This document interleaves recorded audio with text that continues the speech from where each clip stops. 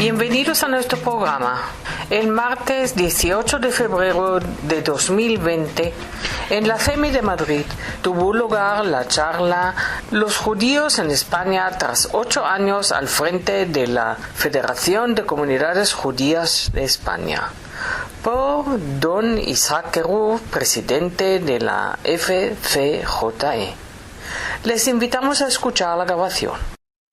Está terminando su segundo mandato con un éxito arrollador e increíble, con todo lo que ha hecho por los judíos de España y Allende.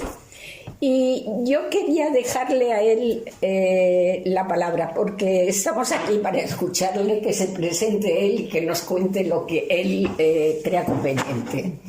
Muchas gracias por estar hoy aquí. Presidenta, querida Eva, queridas señoras de la CEMI, muchísimas gracias por recibirme. En efecto, en cuanto a la presentación, soy el hijo de Vicky, soy el marido de Esther, soy el padre de 3 niñas, soy el abuelo de 4 nietos, nietas mejor dicho, viene uno en camino. Es verdad que en cuanto a presentación, pues soy licenciado en Derecho y en Empresariales por la Universidad Pontificia de Comillas y por el ICADE. Y yo entiendo que estoy invitado aquí como presidente de la Federación de Comunidades Judías de España, después de casi 9 años al frente de las comunidades. Soy gobernador de la Universidad de Tel Aviv, soy presidente honorario de la Asociación de Amigos de la Universidad de Tel Aviv, he sido 19 años presidente de Yad Vashem España, soy miembro del jurado de la Fundación Princesa de Asturias, soy patrono de la Fundación Baruch Spinoza en Barcelona y así. Pero en fin, lo importante es mi condición de presidente de la Federación, y después de 9 años me gustaría, para finalizar, compartir algunas reflexiones con todas vosotras. De verdad, y en primer lugar, como he dicho siempre, quiero felicitar a la CEMI fundamentalmente por su perseverancia, por su continuidad en el tiempo. Yo creo que esto es importante para vosotras y es importante a nivel de ejemplo para las demás señoras, pero también para todos los miembros de la comunidad. Ojalá esto se hiciera en otras comunidades, que no se está haciendo, pero se debería hacer, y quizá vuestro ejemplo debería exportarse a otras comunidades, pero eso hay que proponérselo y hacerlo. En estos 9 años, ¿cuáles son las reflexiones más importantes que yo puedo compartir? Hay algunas. Hay una que trasciende lo judío.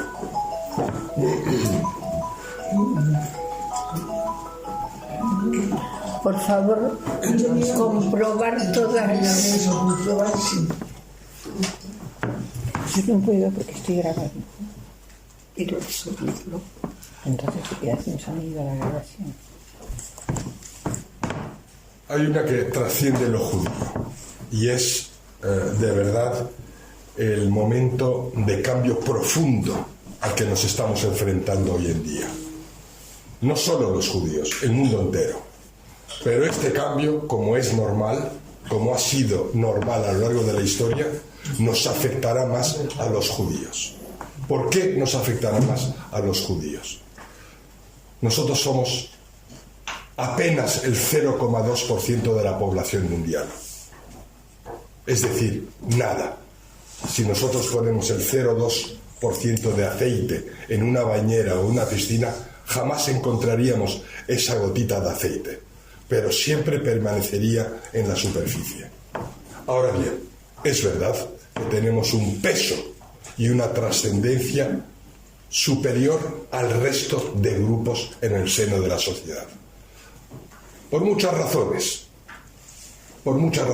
Hacemos más ruido, estamos más organizados, nos integramos mejor, formamos parte muchas veces de las élites en los países donde nos dejan integrarnos, contribuimos más a la expansión económica, al progreso social, a la modernidad, al desarrollo de los inventos científicos. En definitiva, siempre contribuimos al progreso, a la modernidad de la sociedad. Y eso tiene consecuencias positivas y consecuencias negativas. Hay gente que no lo acepta y gente que nos lo rechaza o nos lo envidia. Eso es así, es un hecho. Hacemos más ruido. Este cambio profundo, decía un polaco judío que logró escapar de Polonia, Zygmunt Bauman, hablaba de realidad líquida. Y él decía, comparaba el mundo al que vivimos, la realidad al que vivimos, a un campo de minas. Y decía que en ese campo de minas puede explotar una mina en cualquier momento y en cualquier sitio, pero de ninguno de nosotros sabe ni cuándo ni dónde. Y eso es así. Eso es lo que llama él realidad líquida. Y tenemos por otra parte a un señor, a un analista político extremadamente inteligente y culto. Conocerán sobre todo, lo conoceréis las mujeres latinoamericanas, que es Moisés Naim. Él hablaba del cambio que nos afecta tan enorme hoy en la sociedad, habla del populismo y habla de la posverdad y habla de la polarización en la que nos encontramos y habla de la continuidad de estos tres elementos y del daño que normalmente puede hacer. El populismo no es una ideología. El populismo es una estrategia para alcanzar el poder y, en la medida de lo posible, retenerlo. Y es lo que estamos viviendo hoy en muchos países, en muchas partes del mundo. Desde luego Moisés Naim, como es evidente, se refiere sobre todo a Venezuela. Pero como nos afecta muy de cerca a todos nosotros, lo entendemos. Y es un buen ejemplo. ¿Perdón? Fue ministro. Claro. Un hombre muy inteligente. Tuve ocasión de conocerle a él y a su familia hace poquito. ¿Y qué es lo que ocurre? ¿Por qué el populismo tiene tanto éxito? Porque manipula la realidad, manipula los hechos, manipula la verdad. Eso siempre se ha hecho, fundamentalmente desde una bula papal en el siglo XV con la Iglesia, pero también desde 1917 con la Revolución Comunista se tendía a cambiar los hechos. Hoy eso es mucho más evidente por las redes sociales. ¿Habría sido Trump presidente de los Estados Unidos sin el apoyo de las redes sociales? ¿Habría sido presidente sin la manipulación de los big data, de los números? Nos afecta mucho. Pero ese populismo existe en Rusia, existe en China, existe en Estados Unidos, existe en Nicaragua, existe en muchas partes del mundo. Parecen unos más respetables, pero por la fuerza que tienen y por la fuerza de manipularlos que tienen. Venezuela tiene menos fuerza de manipularnos. Pero el populismo es un hecho y nos afecta a todos. También hay otros hechos que nos afectan y nos afectarán, como es el cambio climático. Hay gente que lo sigue negando, pero es estúpido negarlo. Está allí y el cambio climático nos afecta y nos afectará a todos, como nos afectará la inteligencia artificial. Todavía no conocemos el alcance de la inteligencia artificial, pero hay gente en MIT y otras universidades o centros de estudios donde ya están intentando, mediante inteligencia artificial, dotar de casi sentimientos a robots y que podrán entender nuestros sentimientos o nuestro estado anímico para poder contestar y contestar adecuadamente. Hay incluso quien se pregunta si los robots se podrán reproducir algún día, pero hay gente trabajando al respecto. Entonces, de verdad, muy importante saber tomar conciencia y transmitir a nuestros hijos que lo fundamental es aceptar que el mundo cambia y cambia mucho más rápido y que esto nos afecta de manera especial y nos afectará a los judíos. Lo decía ya hace muchos años el filósofo francés Jan Kerovich. Decía que el pasado del pueblo judío era extremo, el presente es extremo y el futuro será probablemente también extremo. Es como una característica del pueblo judío. Es así. Algunas veces para bien, otras veces para mal. Pero dice el rabino Jonathan Sachs que el hombre no se define por aquello que le ocurre, sino por la manera en que contesta a aquello que le ocurre. Y eso debe ser una característica del pueblo judío.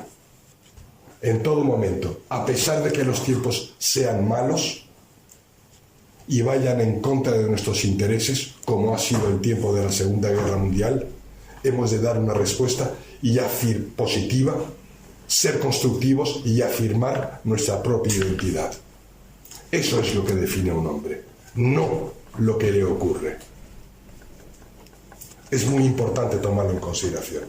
Y creo que vosotras, mujeres, madres, abuelas, bisabuelas, es el mensaje que tenemos que repetir. Es importante. Nuestros hijos deben ser formados. La mejor respuesta, la mejor manera de evolucionar adecuadamente, de acuerdo a nuestros valores, es mediante la enseñanza y mediante la educación. La enseñanza probablemente se da en la escuela, en las universidades. La educación se da en casa, normalmente, y los judíos lo sabemos bien, alrededor de una mesa. Si yo tuviese que dar un mensaje después de muchos años dirigiendo a la Comunidad Judía de Madrid y la Federación, yo diría educación, educación, educación. Nuestros valores, los valores que son de los judíos y de la civilización occidental, es educación. El resto, todo el resto, es por añadidura, es accesorio. Lo importante, el que nuestros hijos y los hijos de nuestros hijos estén preparados para el cambio y sepan dirigirnos, sepan dirigir, sepan asegurar, garantizar la continuidad del pueblo judío y nuestra relación con Israel. Hoy las redes sociales dicen lo que es verdad o lo que es mentira. Antaño, cuando yo empezaba a trabajar, una noticia era importante si aparecía en el Financial Times o en el Reuters. Hoy cuenta poco, incluso la verdad cuenta poco. Es verdad lo que dice Facebook, es verdad lo que dice Google, es verdad lo que dice Wikipedia, es verdad lo que dice Twitter o Instagram. Debemos adaptarnos y hemos de tomar en consideración eso. Cuando uno dirige una comunidad judía o un conjunto de comunidades judías, es como si condujeras, navegaras un barco muy grande. Tienes que tener una orientación y después todo el aparataje te ayuda, pero tú tienes que tener una dirección. Nosotros, que somos muy pocos en España, se habla mucho más que de los musulmanes, se habla mucho más que de los protestantes. Nosotros, de verdad, yo digo para no mentir, y esto forma parte de los chistes, yo suelo decir que somos menos de 100.000 judíos, y así no miento. Pero sabemos perfectamente que en Madrid a lo mejor hay menos de 1.000 familias inscritas, como en Barcelona. Habrá otras 1.000 familias inscritas en la comunidad. Y después habrá otras 1.000 familias en la Costa del Sol. Somos muy poquitos judíos. Pero tenemos mucha fuerza, mucha más fuerza que los musulmanes, que son 2 millones, o que los evangélicos o protestantes, que son casi 2 millones. Y sin embargo somos el grupo religioso o la confesión más escuchada y quizá más respetada. Por contar una anécdota, hace un mes y medio me convoca la ministra de Justicia. Yo, como presidente de la Federación, imagino que me van a convocar junto a los demás líderes religiosos. Veo una mesa preparada con sus altavoces, con sus micrófonos, con sus papeles, en la sede del Ministerio de Justicia. Había para 8. Y cuando nos sentamos allí, la subsecretaria de Justicia, todos los altos perifantes del Ministerio de Justicia, digo, ¿y los demás? ¿Los demás qué me dicen? ¿Los demás líderes de las religiones? Me dicen, no, si te hemos convocado a ti para que nos digas cómo debemos llevar a cabo nuestra política de comunicación. Digo que yo, el representante de la comunidad judía, os diga a vosotros, el Ministerio de Justicia, sí, porque vosotros lo conseguís todo. Ojalá. Qué suerte. Así fue. Palabra de honor. ¿La dijiste tu boca en los cielos? Sí, yo lo pensé. No le dijiste Hansa. ¿No oyes bien? No, tu boca en los cielos. Tu boca. A ver. ¿Es así? Sí. ¿Es así? Amén. Y es verdad que en España, lo puedo decir después de casi 9 años, se nos escucha desde la Casa Real, con quien es muy importante mantener una relación estable, continuada, pero muy discreta. Es muy importante. La Casa Real, el rey de España, es un hombre muy inteligente, extremadamente preparado. La gente lo ignora. El rey es un hombre extremadamente preparado, abierto de mente y con una posición con respecto al pueblo judío muy clara. Independientemente de los orígenes de los Trastamara o de la familia griega durante la Segunda Guerra Mundial, el rey de España, el rey Felipe VI, tiene una actitud clarísima con respecto a la comunidad judía y al papel de los judíos. Y quizá es mejor no entrar en detalles, pero nos hemos quedado asombrados. El día que le entregamos el premio de la Federación de Comunidades Judías de España, el premio Ángel Pulido, en el programa, en el protocolo, no estaba escrito que él hablara. Y él empezó comentando las noticias de la prensa en ese mismo día. Y nos habló del papel del pueblo judío en la historia y del papel del pueblo judío que se espera hoy del pueblo judío en el mundo. Un hombre de verdad muy, muy preparado. Ha estado en Jerusalén, en el foro de Yad Vashem, ha estado. El presidente Rivlin le profesó mucho respeto porque le pidió a él que hablara en nombre de los jefes de Estado, extraordinario. Y el rey tuvo el detalle de invitar al presidente de la comunidad, de la Federación de Comunidades, a su hotel. Y estuvimos cara a cara 45 minutos hablando con él. 45 minutos. Sin razón aparente. Pero lo que él quiso. Después se juntó a nosotros la ministra de Asuntos Exteriores y el embajador de España en Israel. Y os puedo decir, él tiene una posición clarísima con respecto a la importancia del factor judío y a la importancia de trabajar y de luchar contra el antisemitismo. Y él tiene claro, como todas las que estamos en esta mesa, claro que el antisemitismo no afecta solo a los judíos, sino que afecta al conjunto de la sociedad. Esta es la situación con la que nos encontramos. En Estados Unidos, en Francia, en Bélgica, en Dinamarca, todavía se mata a judíos. ¿Cómo? Todavía se mata a judíos. ¿Cómo se mata a judíos? En atentados. Nos matan por el mero hecho de ser judíos. Claro. En Pittsburgh, en varios sitios. Es así. Y el porcentaje de agresiones antisemitas ha subido en toda Europa. Mucho. Eso es verdad. Mucho. Sí.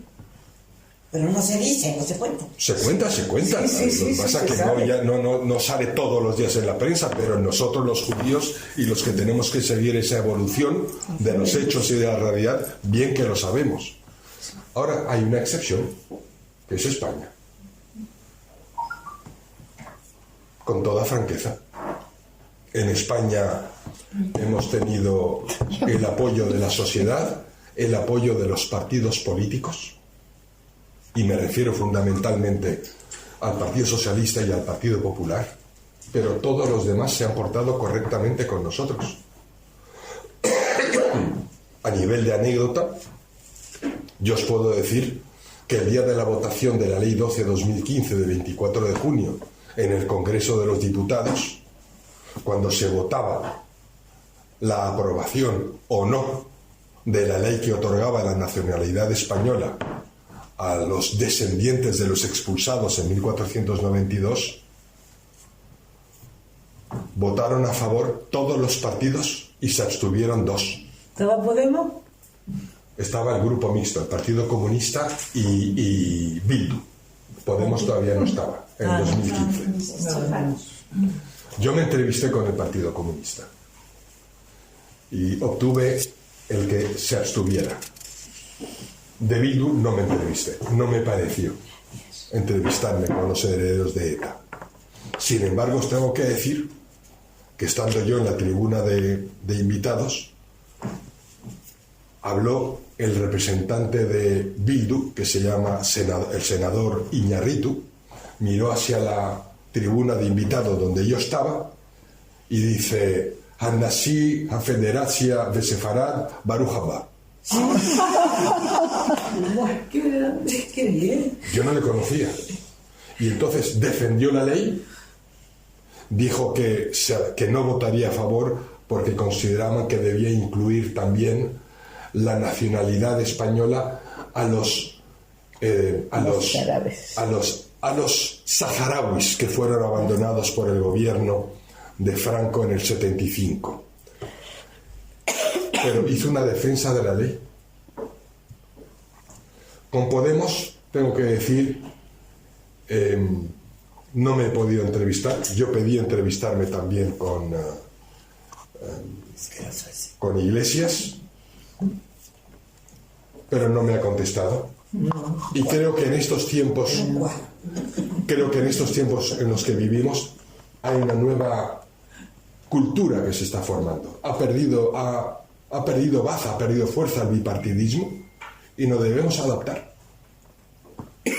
Y yo creo que la inteligencia de los judíos es precisamente la flexibilidad, y nosotros hemos de ser capaces de hablar con todos y de llegar a fórmulas de entendimiento con el máximo número de personas, siempre y cuando no atente contra nuestros valores, ¿no? Y hoy en día tenemos a interlocutores también curiosos. Un partido como Vox. A mí personalmente no me gusta nada. Para mí representa la extrema derecha y los neonazis. Sin embargo, hay otros compañeros judíos, como sabéis todos, que sí hablan con Vox y que tienen mucho respeto a Vox y que comparten algunos presupuestos ideológicos con Vox. A mí no me lo parece. Y cuando ha habido algún representante de Vox que ha negado el Holocausto, nosotros sacamos enseguida un comunicado y lo denunciamos. Y es verdad que Vox tomó la decisión de expulsarle. Sí, me acuerdo de eso. De expulsarle. Por lo tanto, en esta realidad líquida a la que nos enfrentamos, hemos de ser capaces de conducir, de orientar ese barco tan grande que es el barco del pueblo judío, de la comunidad judía, de una manera inteligente. De eso se trata, de buscar un compromiso con la sociedad. Nosotros hemos sido y seguiremos siendo para los ricos los comunistas. Para los pobres somos los ricos explotadores. Eso es así. Esa contradicción de la que habló Ahad Aham y que recogió el propio Lenin, hoy sigue siendo cierta. Eso es así. Y contradicciones, más contradicción que la situación de los judíos en Estados Unidos, donde el 75 u 80% de los judíos han votado tradicionalmente por el Partido Demócrata y que no son precisamente muy admiradores ni amigos de Trump. Pero es cierto que nunca hemos tenido un presidente de los Estados Unidos. A mí no me gusta, a mí personalmente, ni como hombre ni como presidente, pero hay que reconocer que como amigo de Israel es extraordinario. Es extraordinario. Es así. Entonces, vivimos esa realidad líquida, cabalgando sobre contradicciones. Entonces, a veces parece que no hay una orientación cierta, segura. Por eso es tan importante tener el feedback constante de la sociedad para ir orientando el barco en la dirección inteligente, aquella que permita a los judíos seguir reivindicando nuestro derecho a la diferencia. Porque por una parte, también nosotros cabalgamos sobre las contradicciones. No queremos ser diferentes, pero somos diferentes y reivindicamos el derecho a la diferencia. A lo largo de la historia ha sido así. Y hacemos mucho ruido. Y cuidado que esa polarización a la que se refiere Moisés Naim también nos afecta a nosotros. También nos afecta a nosotros. Dentro de las comunidades judías, dentro del pueblo judío. Una cosa es discrepar y otra cosa es enfrentarnos, y muchas veces enfrentarnos en público. Pero no olvidemos lo que dice la tradición judía, que la destrucción del templo de Jerusalén tuvo lugar por lo que llama la Torá el Sinat Hinam, el odio gratuito entre judíos. Tengamos cuidado. Cuando hablamos de educación en casa, para los niños, para las generaciones más jóvenes, parte de esa enseñanza tiene que tomar en consideración el respeto al otro, a la discrepancia y al valor del compromiso. Es muy importante. Y que lo que queremos para los demás lo empecemos por aplicar nosotros mismos. Cuando yo hablo en familia, como hablo hoy, entre un público absolutamente leal y amigo, yo voy aún más lejos. Cuando hablo del Holocausto, también me gusta hablar de la responsabilidad judía. Y nos debe hacer reflexionar. Yo no sé si tendré razón o no, y sé que es muy duro. Pero, ¿vosotras de verdad creéis que no hemos tenido ninguna responsabilidad? ¿Supimos leer el peligro que representaba el libro Mein Kampf? ¿Supimos leer la dirección que tomaba el partido nazi a partir del 33 o del 35 cuando votó las leyes de Nuremberg? ¿Estábamos preparados? ¿Estábamos organizados? ¿Supimos escuchar el mensaje de Theodor Herzl? Como dijo Adam Zemjakov, el presidente del Judenrat de Varsovia, antes de suicidarse. Quizá hay personas mucho más preparadas que yo, como Rona, por quien tengo muchísimo respeto y mucha admiración, que lo pueda contestar a eso y me diga si estoy equivocado o no. Pero nosotros hemos de saber escuchar, hemos de saber leer antes que los demás, porque nos afectará. como si decimos, como si uno de nosotros dice, no, el coronavirus no afecta al pueblo judío, nos afectará igual que al resto, y de muchas maneras. Es decir, hemos de tener mentalidad abierta, y hemos de saber hablar y trabajar, y hemos de saber de seguir haciendo lo que hemos sabido hacer de verdad siempre, escuchar y hacernos preguntas. Es la mejor manera de aprender, escuchar y hacernos preguntas.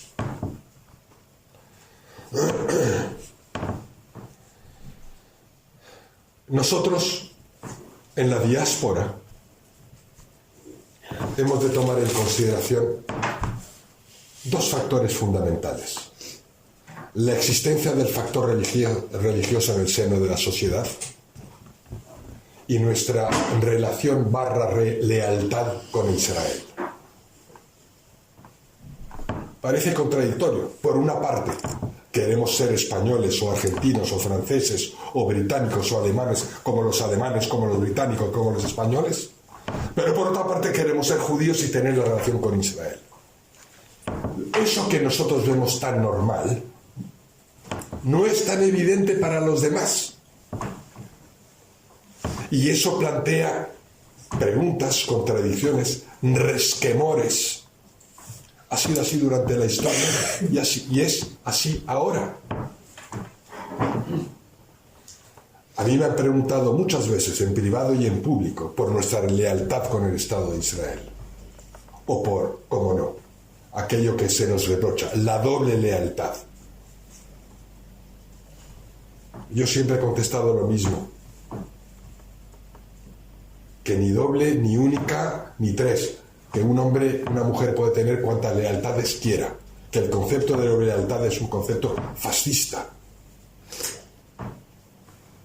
Y que yo tengo lealtad por mi familia, tengo lealtad por España, tengo lealtad por Israel, tengo lealtad por el rey Felipe VI, como tengo lealtad por el presidente Rivlin. Yo tengo las lealtades que yo quiera, en un mundo libre. Pero es verdad que uno se lo pregunta. Y por otra parte, hemos de ser capaces de explicar esa vinculación especial desde la cuna con la tierra de Israel y con el Estado de Israel y con el sionismo. O incluso hay muchos judíos que se esconden y no hablan, no reivindican el sionismo.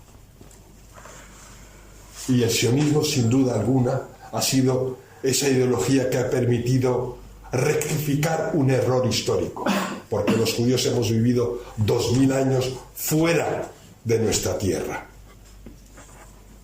y hemos sabido retornar, y eso es sionismo, esa respuesta a ese error, a esa anomalía histórica. Y por eso defendemos tanto hoy en España como en el mundo la nueva definición de la ira, que era del antisemitismo, como bien sabe Eva. Y en la nueva definición del antisemitismo habla de la incitación contra el pueblo judío, incitación al odio contra el pueblo judío, pero también habla de la incitación de odio contra el Estado de Israel. Esa nueva judeofobia que disimula el odio a los judíos hablando solo de Israel, como lo hace aquí el BDS en España. Contra todo eso nos tenemos que enfrentar los judíos, pero hemos de hacerlo con inteligencia, no para gritar más que los demás, no para llamar la atención más que los demás, para que de verdad se corrijan los errores, como hicimos cuando vino el cantante Matisiao. ¿Perdón? ¿Qué cantante? Matisiao. En Valencia. En Castellón. Castellón. Hace 5 años vino Matisiao, americano, no israelí, pero judío. Y es verdad que había cantado delante de Tzahal. Es verdad. Pero los DVDs le pusieron la proa y dijeron que ese era sionista y que no podía cantar. Y fue cuando nosotros reaccionamos. Pero reaccionamos, y lo digo con toda humildad, no para presumir, lo digo con humildad.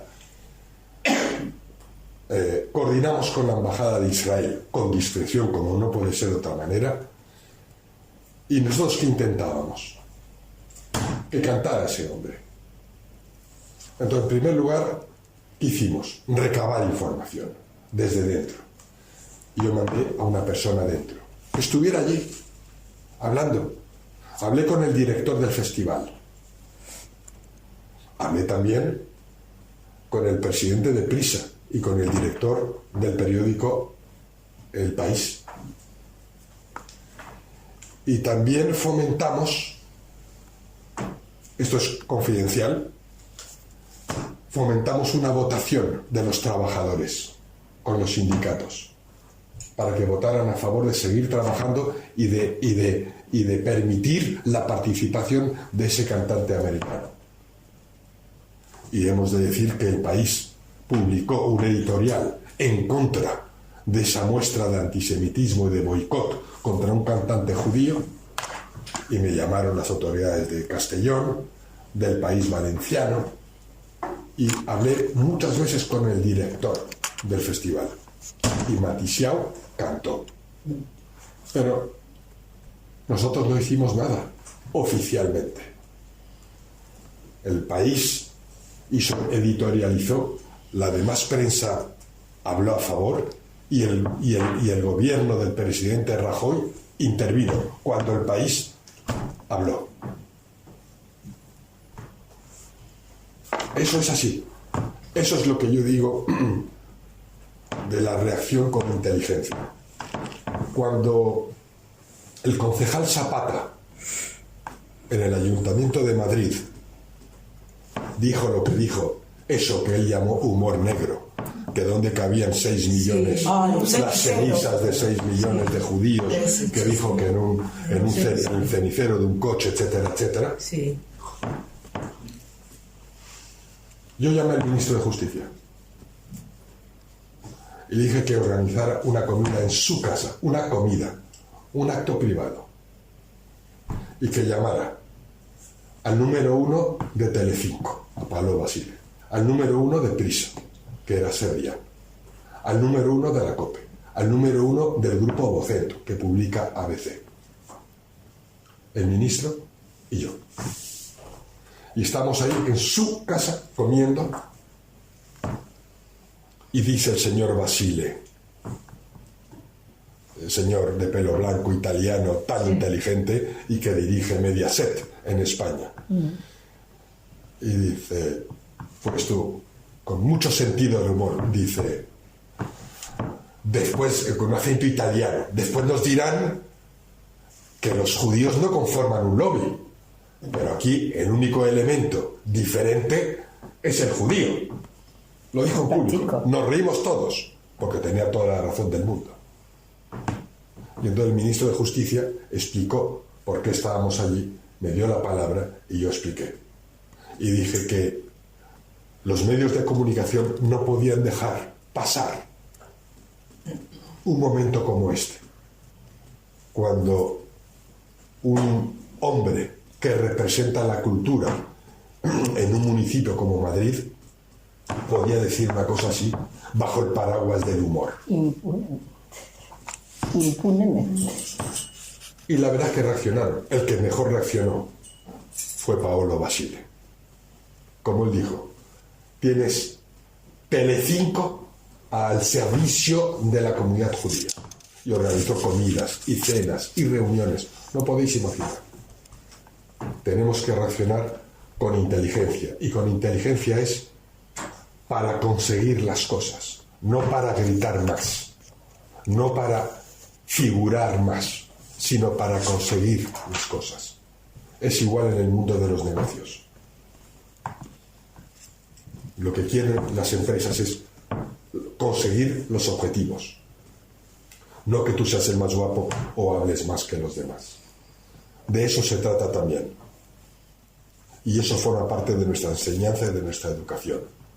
Ser discretos, pero saber escuchar. Saber leer. Y hoy nos preparamos. 75 años después de la liberación de Auschwitz. Vivimos un momento extraordinario. Israel es muy fuerte, más fuerte que nunca. más respetado que nunca, con más relaciones que nunca, incluso hablando con países como Arabia Saudí. ¿Quién lo iba a decir? Pero todavía hay una potencia en Oriente Medio que nos quiere borrar del mapa. Y hay que tomarlo en consideración. Y estoy seguro que el gobierno de Israel sabe leer. Y nosotros, judíos de la diáspora, tenemos esa situación contradictoria. Queremos la continuidad del pueblo judío, queremos que nuestros hijos sean judíos y que se casen con judíos y que a su vez tengan hijos con judíos, pero todavía no hemos decidido irnos a Israel. Unos están en el colegio judío, otros no. ¿Cómo casa todo eso con la realidad líquida en la que vivimos?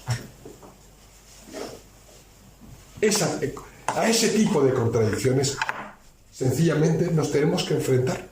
No debemos tenerle miedo a las situaciones, a la realidad, por más cambiante que sea esta. Es esto. Y esto es lo que hace una federación y eso es lo que deben hacer las comunidades. Yo creo que nosotros hemos conseguido en los 8 años los objetivos que nos hemos propuesto.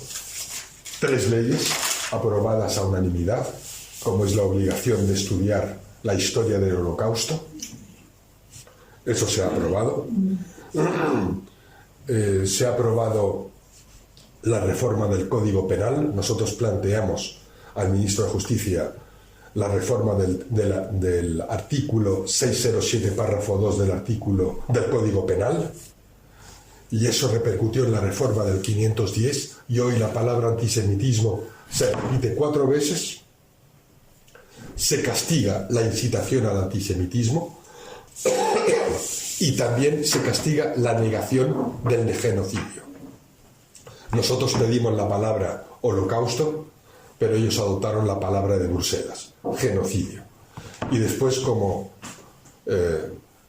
sabéis todas vosotras, porque os lo he comentado alrededor de esta mesa, nosotros cuando fuimos elegidos a la cabeza de la federación, teníamos informes de la inteligencia israelí que hablaban de inquietud, de preocupación de 2 comunidades judías, una en Turquía y otra en Venezuela. Y me fui a ver al ministro de Justicia con esos informes. Y le dije: ministro, estamos preocupados por esto y esto y queremos algún instrumento legislativo para ayudar a estos judíos.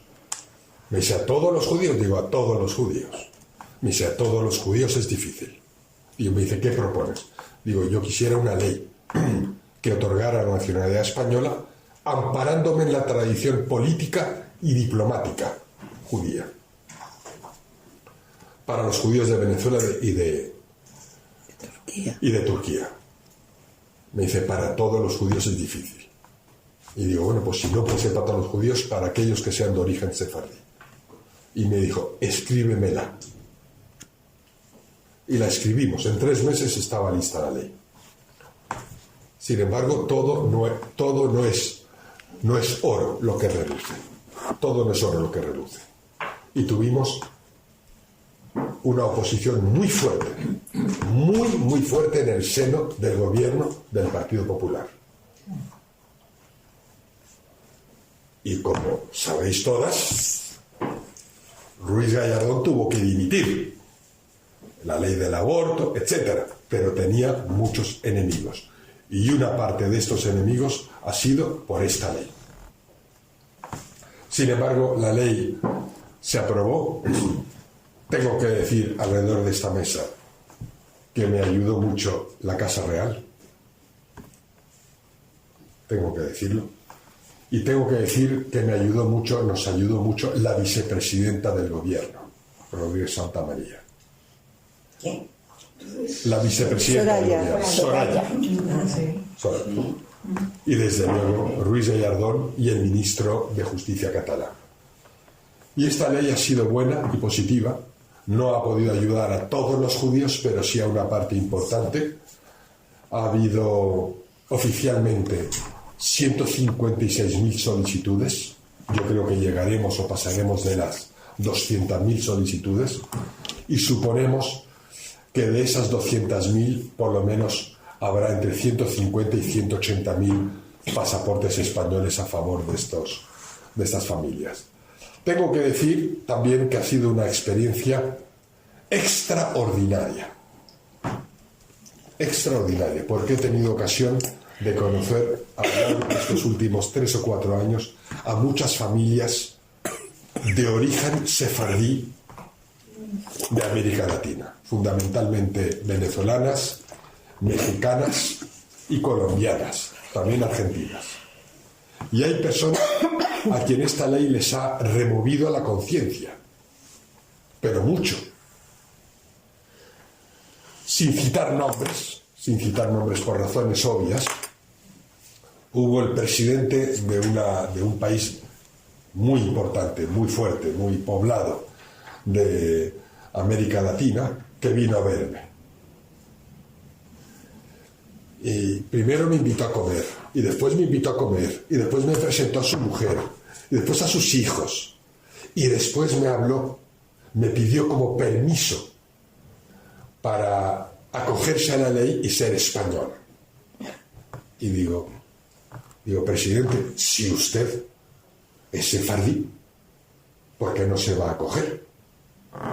Y me dice, no, si lo de sefardí es un hecho, pero nosotros hasta hace poco éramos judíos, muy religiosos, y tenemos rabinos en la familia, y tenemos gran contribución de los judíos a este país. Les remueve la conciencia, y así ha ocurrido en México, en Venezuela, en Colombia. Hay muchas familias, como lo sabrán muchas familias o gente de Latinoamérica, muchas familias católicas que impedían o ponían la bola negra a los judíos que entraban al country club.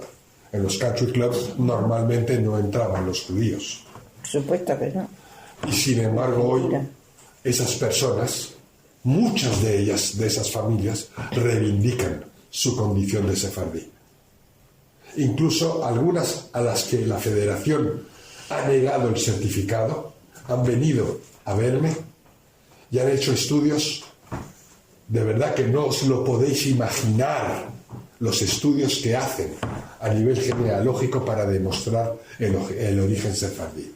Hay alguna señora venezolana que conoció mi madre hace poco en casa, que vino con un estudio que le llevaba a la nuera del rey Enrique II de Trastamara.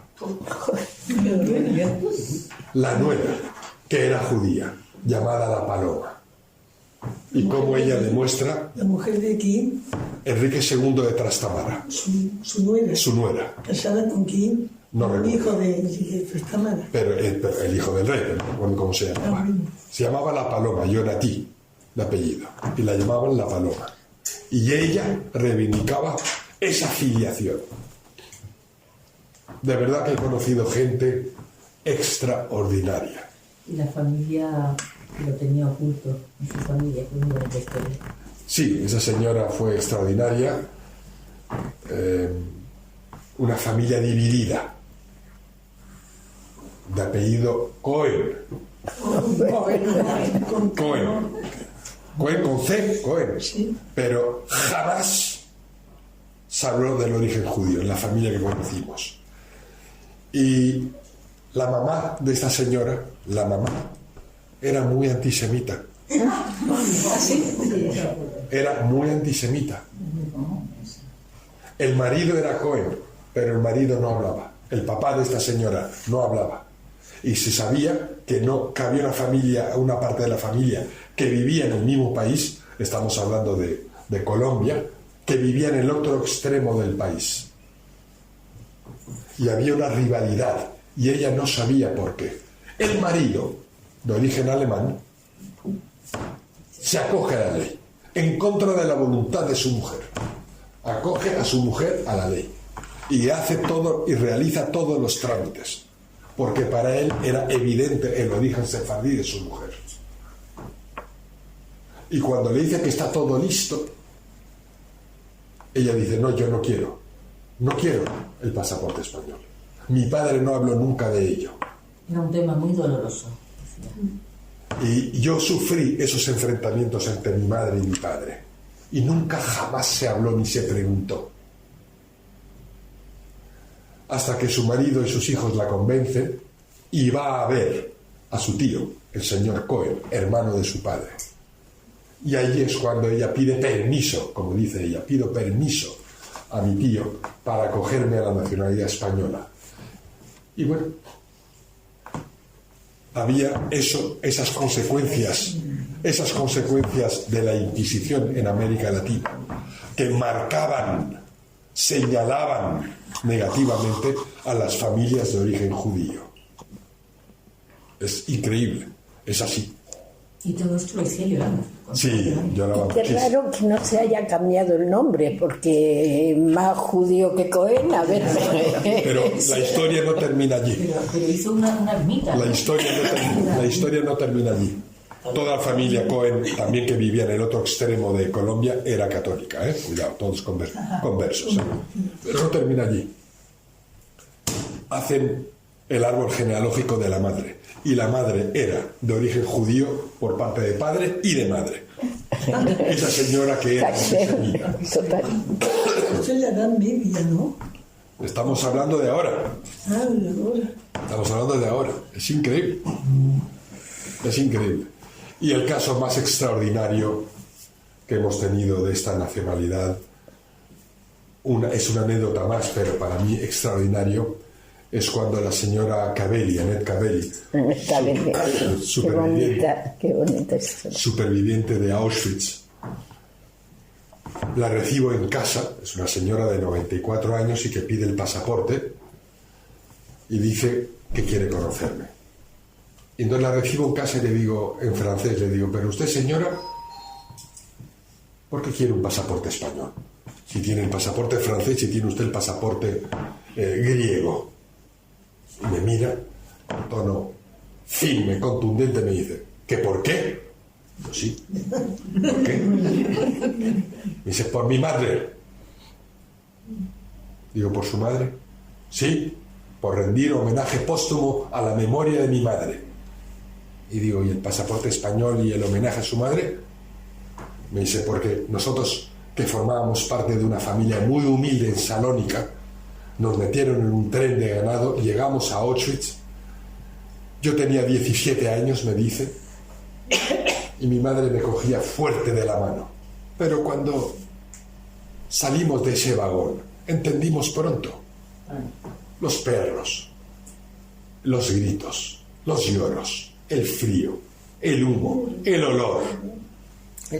Y mi madre me cogió fuerte de la mano y me dice, no olvides, hija, que somos aristócratas.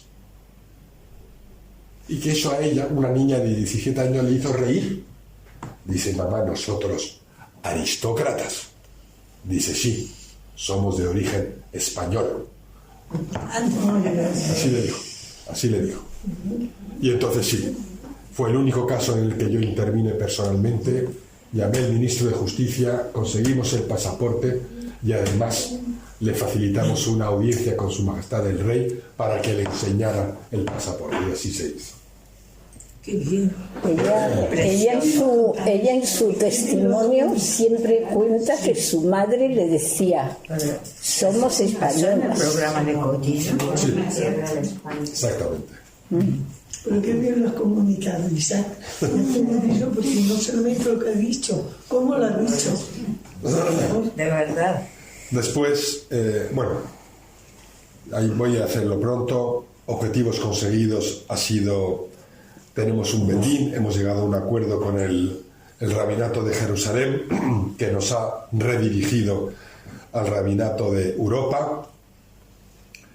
Hemos conseguido, por primera vez en la historia de la Federación, desde el año 65, repartir casi 1 millón de euros entre las comunidades, y además las cuentas de la Federación son claras y habrá en caja más de 1,5 millones de euros, además de haber repartido 1 millón de euros entre las comunidades.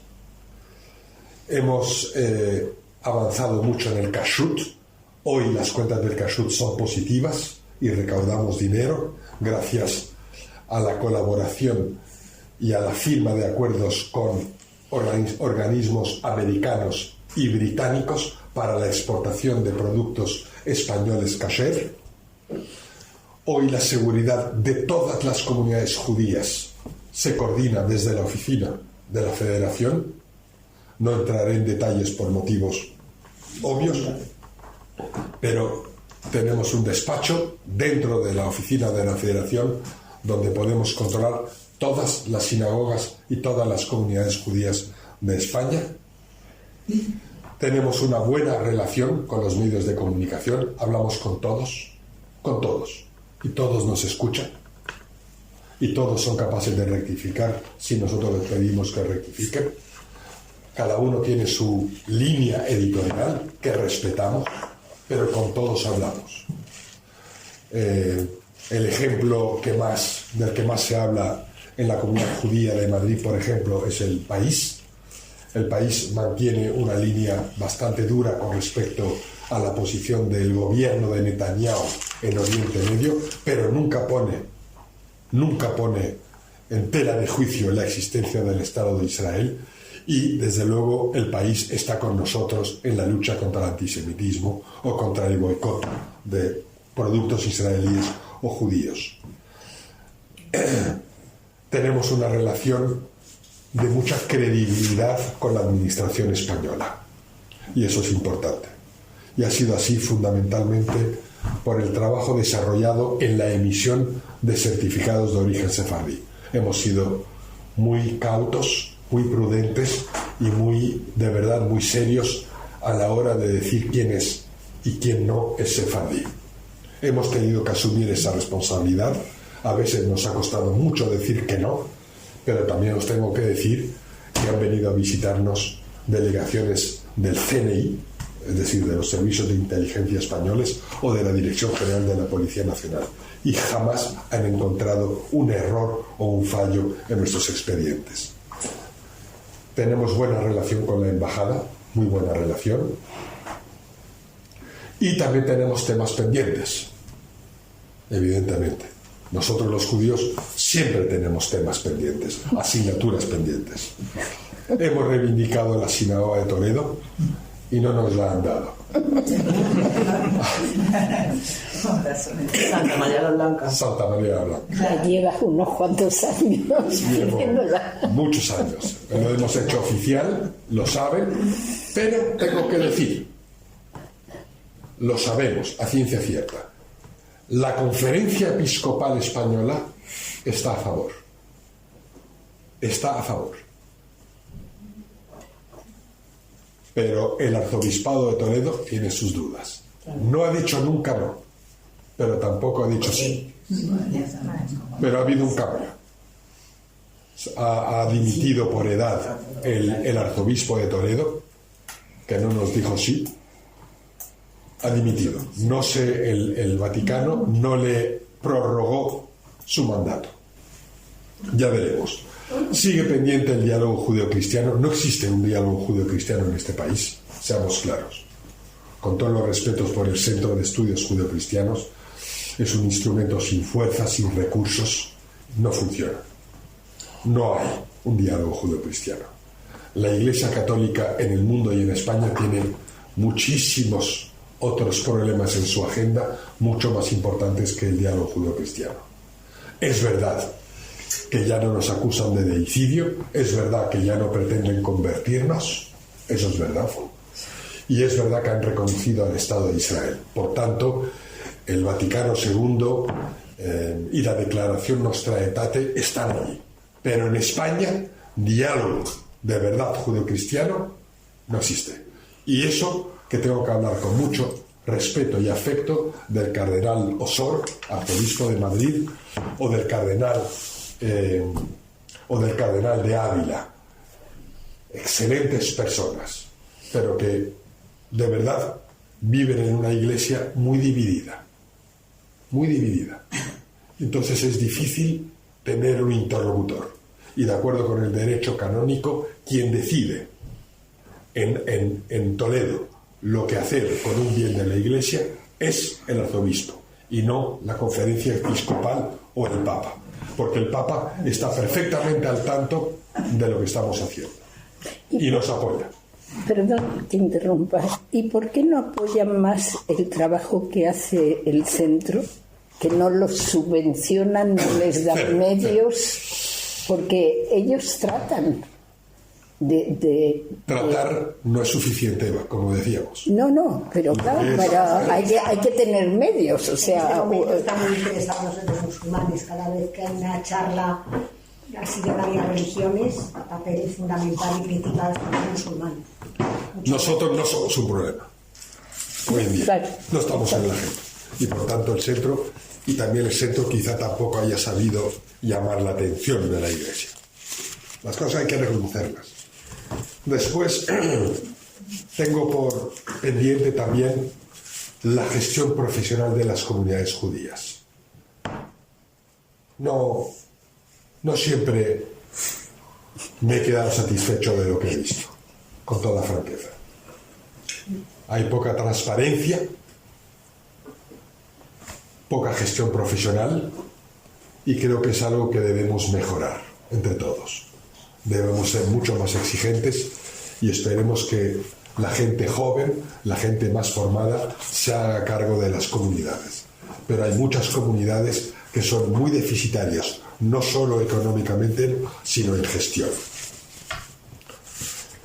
Las cosas tienen que estar para conseguirse, como una empresa. Eso es así. Y no nos podemos acostumbrar a vivir de la mendicidad. No.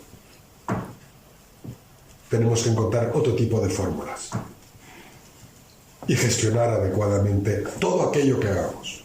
Si es semi, es semi. Si es Bnei es Bnei. Si es una comunidad, es una comunidad. Todo aquello que sea una organización debe gestionarse adecuadamente y de acuerdo a la legislación vigente.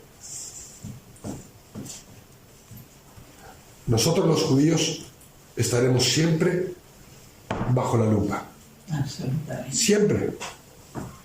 Siempre. Y es bueno que sea así, no tenemos nada que esconder.